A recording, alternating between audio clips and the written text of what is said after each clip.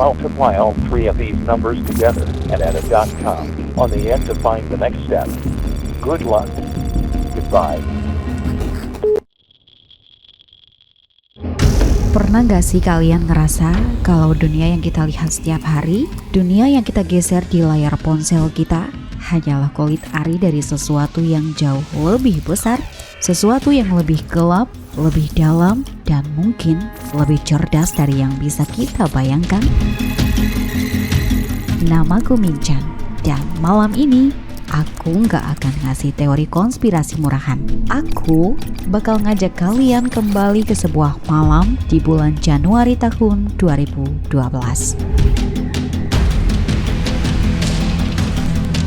Saat itu internet belum seberisik sekarang, media sosial belum sealgoritmik sekarang, dan di sebuah sudut gelap bernama 4chan, sebuah gambar muncul sederhana, hanya teks putih di atas latar belakang hitam. Bunyinya, kami mencari individu yang sangat cerdas. Untuk menemukan mereka, kami telah merancang sebuah tes.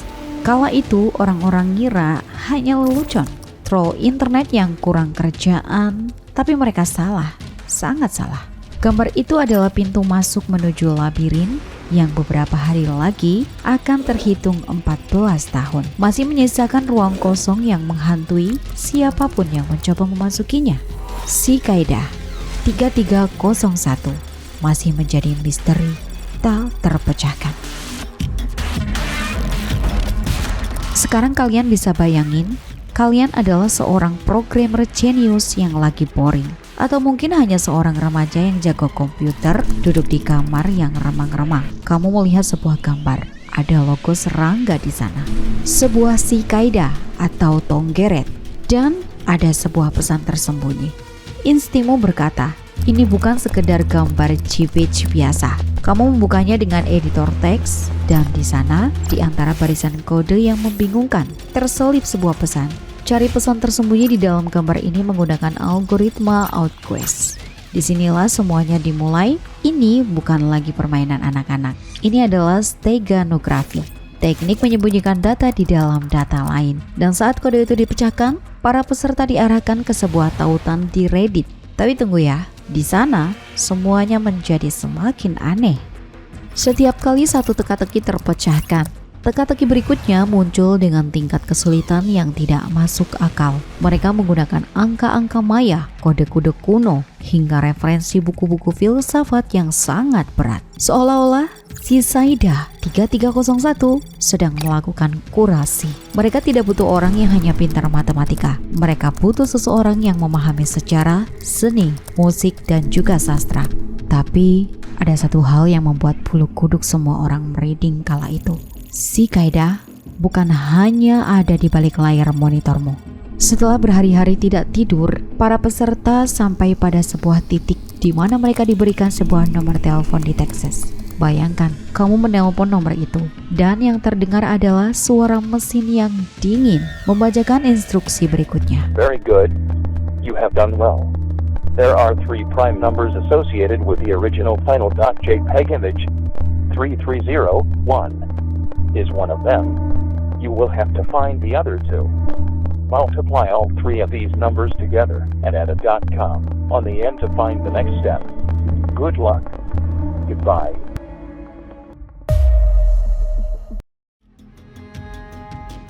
Instruksi itu membawa mereka ke koordinat GPS di dunia nyata. Bukan satu tempat, tapi menyebar di seluruh dunia. Warsawa, Paris, Seoul, Seattle, hingga Sydney. Si Kaidah 3301 tidak hanya tinggal di internet, mereka punya kaki di dunia nyata. Mereka punya agen yang menempelkan poster dengan kode QR di tiang-tiang lampu jalanan di tengah malam. Pada titik ini, emosi para peserta mulai campur aduk. Ada rasa takut, tapi juga rasa bangga. Aku adalah bagian dari sesuatu yang besar, pikir mereka. Tapi pertanyaannya, siapa mereka? Apakah ini CIA? Apakah ini organisasi rahasia yang ingin menguasai dunia? Atau mungkin sesuatu yang jauh lebih idealis? Namun saat kerumunan mulai membesar, si Kaidah tiba-tiba menutup pintunya. Mereka mengirim pesan terakhir. Kami telah menemukan individu yang telah kami cari. Perjalanan ini berakhir untuk sekarang. Internet meledak. ribuan orang merasa ditinggalkan. Seolah-olah mereka baru saja melihat secerca cahaya. Lalu tiba-tiba lampu dipadamkan. Tapi bagi mereka yang terpilih, kegelapan baru saja dimulai. Kehebatan Cicada 3301 bukan hanya pada teka-tekinya, tapi pada kemampuannya menciptakan kekacauan informasi. Sejak tahun 2014, ratusan akun Twitter, situs web, dan kanal YouTube muncul mengatasnamakan Cicada. Mereka memposting teka-teki palsu, mencoba mencuri data orang, atau bahkan menyebarkan ajaran sesat. Disinilah emosi kita benar-benar dipermainkan. Bagaimana kalian tahu mana yang asli? Jawabannya adalah kunci PGP, or Pretty Good Privacy. Ini adalah tanda tangan digital unik yang hanya dimiliki oleh Cicada yang asli. Tanpa tanda tangan itu, pesan apapun, betapapun miripnya simbol Cicada, adalah palsu. Bayangkan kalian adalah seorang pemburu misteri yang sudah menghabiskan waktu berbulan-bulan memecahkan sebuah teka-teki sulit hanya untuk menyadari di akhir bahwa tidak ada tanda tangan PGP di sana. Semua usahamu sia-sia. Kamu baru saja mengikuti jejak seorang penipu. Rasa hancur, rasa dihianati, itu adalah bagian dari pengalaman Cicada. Mereka mengajarkan kita satu hal yang sangat penting di internet. Jangan percaya pada siapapun. Verifikasi semuanya. Bayangkan, saat itu jam 3 pagi, kota sedang tidur. Diselimuti kabut tipis dan sisa hujan semalam. Kamu berdiri di sebuah sudut jalan yang sepi di Seattle, atau mungkin di sebuah gang sempit di Warsawa. Di satu tangan, kamu memegang ponsel dengan layar yang retak, menampilkan titik koordinat yang berkedip. Di tangan lain, kamu memegang senter yang cahayanya mulai meredup. Selama ini kamu mengira ini hanya permainan kode, hanya barisan angka di layar komputer yang aman di dalam kamarmu. Tapi malam ini, semuanya berubah. Garis antara dunia digital dan dunia nyata baru saja terhapus. Kamu merasa konyol, sekaligus ketakutan. Apa yang aku lakukan di sini? Bisikmu pada diri sendiri. Tapi rasa penasaran itu, rasa haus akan kebenaran jauh lebih kuat daripada logika. Kamu mulai menyisir deretan tiang lampu jalan satu persatu.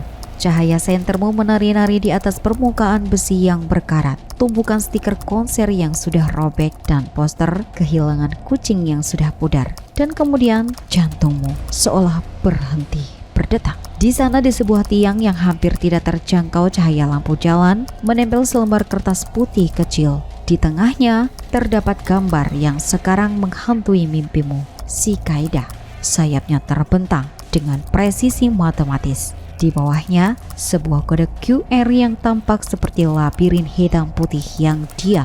Saat kamu mendekat untuk memindai kode itu, sebuah perasaan aneh merayap di tengkukmu. Kamu merasa tidak sendirian. Kamu mulai menatap kegelapan di seberang jalan. Apakah orang di dalam mobil yang terparkir itu sedang memperhatikanmu? Apakah kamera pengawas di atas toko itu sebenarnya dikendalikan oleh mereka? Siapa yang menempelkan kertas ini? Seseorang pasti baru saja berada di sini. Seseorang yang tahu kamu akan datang. Kamu memindai kode itu. Bunyi pip dari ponselmu terasa seperti ledakan di tengah keheningan malam. Dan di layar ponselmu muncul sebuah pesan singkat. Kamu telah melakukan perjalanan sejauh ini, tapi ini barulah langkah pertama. Malam itu ribuan orang di berbagai belahan dunia mengalami hal yang sama. Mereka berdiri di depan tiang lampu, di tengah hutan, atau di pinggir pelabuhan, menatap simbol yang sama. Cicada 3301 baru saja membuktikan sesuatu yang sangat menakutkan.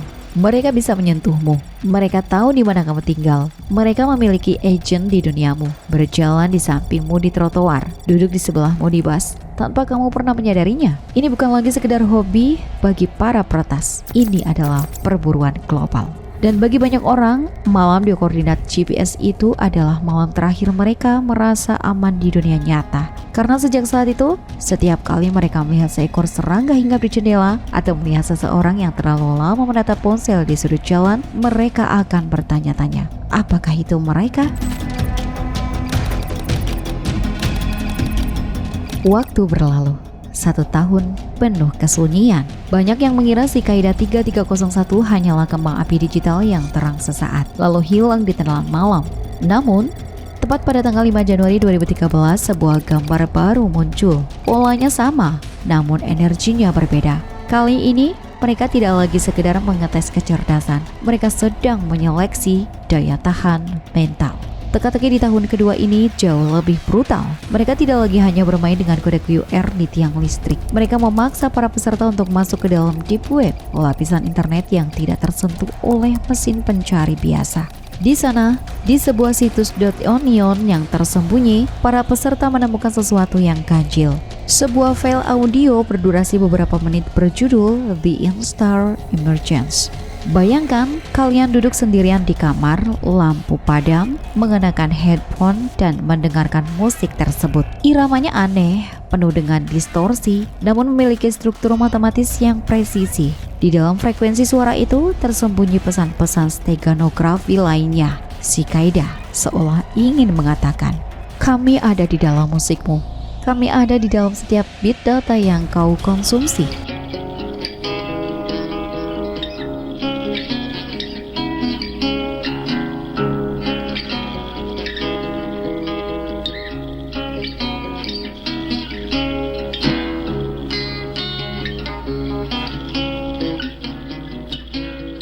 Dan bukan itu saja, mereka memperkenalkan sebuah sistem operasi khusus yang harus dijalankan melalui virtual machine, sebuah lingkungan digital yang terisolasi total.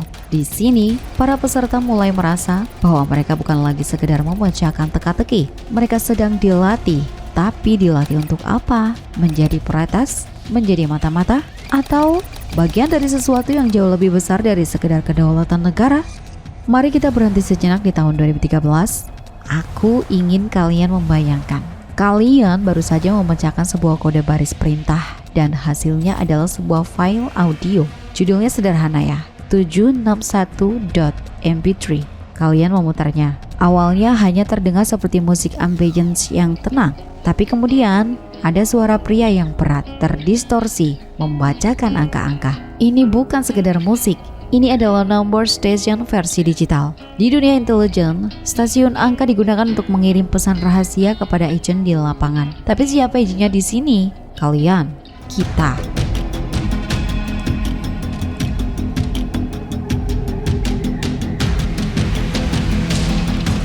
Aku mencoba memasukkan file audio itu ke dalam penganalisis spektrum, sebuah alat yang mengubah suara menjadi gambar visual. Dan di sana, di antara gelombang frekuensi yang naik turun, muncul sebuah gambar tersembunyi, simbol cicada. Seolah-olah mereka ingin berbisik. Bahkan di dalam suara yang paling tenang pun, kami sedang memperhatikanmu. Rasa penasaran itu perlahan berubah menjadi obsesi yang menyakitkan. Aku mulai bertanya-tanya, apakah musik ini mengandung pesan subliminal? Apakah mereka sedang mencoba memprogram ulang cara berpikir kita? Di forum-forum diskusi, suasana mulai berubah. Orang-orang tidak lagi saling berbagi solusi secara terbuka. Paranoia mulai merayap. Bagaimana jika orang yang membantuku memecahkan kode ini sebenarnya adalah anggota cicada yang sedang menyamar? Lalu datanglah tahun 2014. Dan inilah bagian yang paling menyakitkan dari seluruh misteri ini. Bagian yang membuat ribuan orang jenius di seluruh dunia merasa kalah. Cicada merilis sebuah dokumen berjudul Liber Primus. Dalam bahasa Latin artinya buku pertama. 58 halaman, semuanya ditulis dalam simbol rune kuno, bukan alfabet yang kita kenal. Ini adalah bahasa mereka sendiri. Sebagian kecil halaman telah dipecahkan dan isinya bukan instruksi untuk meretas bank atau mencuri data. Isinya adalah filosofi tentang kematian, tentang kelahiran kembali, tentang kebebasan informasi, dan tentang bagaimana pikiran manusia adalah satu-satunya hal yang benar-benar kita miliki. Ada satu kalimat yang sangat menghantui di dalam Liber Primus. Semua hal harus berakhir. Tapi ironisnya, bagi para pemburu cicada, ini adalah awal dari obsesi yang tak berujung. Hingga saat ini, detik ini, ketika kalian menonton video ini, sebagian besar halaman Liber Primus masih belum terpecahkan. Bayangkan, selama lebih dari 1 dekade, otak-otak paling cemerlang di internet menggunakan superkomputer, menggunakan algoritma tercanggih, masih menabrak dinding yang sama. Mengapa sebuah organisasi anonim menghabiskan waktu bertahun-tahun untuk menciptakan kode yang nyaris mustahil dipecahkan? Apakah ini sebuah peringatan? Ataukah ini adalah saringan terakhir untuk menemukan satu orang saja di antara miliaran manusia yang mampu melihat pola di tengah kekacauan? Mungkin kalian bertanya, mengapa aku begitu terobsesi dengan ini? Mengapa seorang wanita sepertiku menghabiskan malam-malam berharga hanya untuk menatap barisan kode yang tidak masuk akal? Karena bagiku, Cicada 3301 bukan tentang teknologi, ini tentang pelarian. Di dunia di mana setiap gerakan kita dilacak oleh algoritma iklan, di mana privasi kita dijual untuk beberapa keping koin, Cicada adalah satu-satunya tempat yang menawarkan anonimitas mutlak. Mereka tidak peduli siapa namamu, apa jenis kelaminmu, atau dari mana asalmu. Mereka hanya peduli pada satu hal, pikiranmu. Dan ada sesuatu yang sangat memberdayakan tentang itu. Di labirin digital ini, aku tidak ditentukan oleh penampilanku atau status sosialku. Aku hanya didefinisikan oleh kemampuanku untuk memecahkan masalah. Tapi, ada harga yang harus dibayar. Semakin dalam aku masuk, semakin aku merasa terputus dari dunia nyata. Teman-temanku membicarakan gosip terbaru. Sementara aku sibuk memikirkan korelasi antara puisi Williams Blake dan koordinat GPS di Rusia. Cicada adalah sebuah lubang hitam, dan aku sedang jatuh ke dalamnya. Mari kita bicara tentang sisi manusianya. Karena di balik semua kode dingin ini, ada detak jantung yang nyata. Salah satu orang yang diketahui berhasil masuk hingga ke lingkaran dalam adalah seorang remaja bernama Marcus Warner.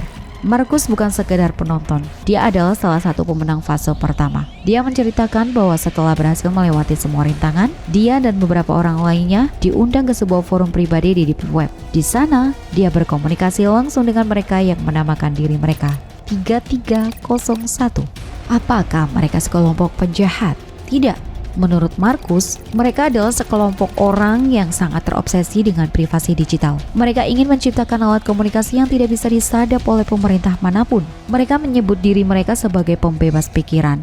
Namun, Marcus perlahan merasa ada sesuatu yang tidak beres. Dia melihat adanya perpecahan di dalam organisasi itu. Beberapa anggota mulai terobsesi dengan ideologi yang hampir menyerupai kultus. Pada akhirnya, Marcus ditinggalkan. Cicada 3301 perlahan menarik diri kembali ke dalam bayang-bayang. Mereka meninggalkan Marcus dengan lebih banyak pertanyaan daripada jawaban. Dan itulah tragedi dari Cicada. Bagi mereka yang menang, hadiahnya bukan kekayaan atau jabatan. Hadiahnya adalah kesadaran bahwa dunia ini jauh lebih misterius daripada yang bisa mereka tanggung. Jadi siapa mereka? Mari kita bedah teori-teori yang paling masuk akal. Dan kalian bisa memutuskan sendiri mana yang paling membuat kalian tidak bisa tidur malam ini.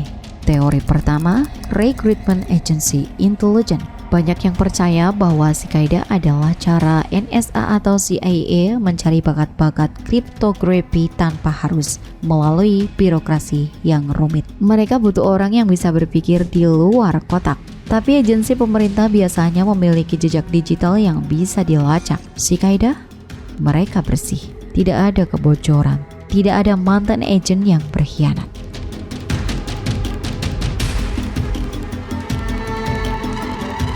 Teori kedua, organisasi peretas global.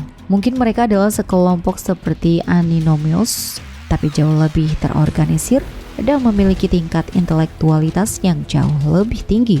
Mereka tidak peduli pada politik praktis. Mereka peduli pada struktur fundamental bagaimana tetap bergerak di seluruh dunia.